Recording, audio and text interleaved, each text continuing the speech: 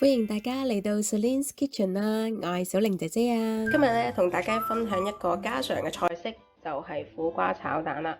因為咧屋企人話我炒得好好味喎，所以咧我就想同大家一齊分享呢一個食譜啦。將清洗好嘅苦瓜咧對半切開，去籽去囊。咁咧用個匙羹將嗰啲囊去除，咁就可以嘅啦。啲囊咧盡量要去得乾淨啲，咁就食落去冇咁苦啦。而家可以切片。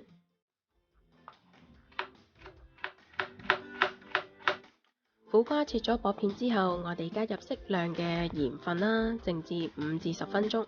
咁呢個步驟咧可以將個苦味去除嘅。喺等候期間啦，我哋就將蒜頭切碎備用，打3隻雞蛋入去個碗度，加入適量嘅雞粉同埋生抽，發勻備用。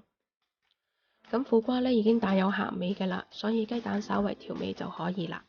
咁苦瓜咧靜置咗5至10分鐘啦，咁就可以咧沖水，沖走啲鹽分，擎乾水分備用。熱鑊後落油。加入蒜頭爆香，然後落苦瓜落去翻炒。煮苦瓜冇咁苦嘅秘訣呢，就係落啲糖啦。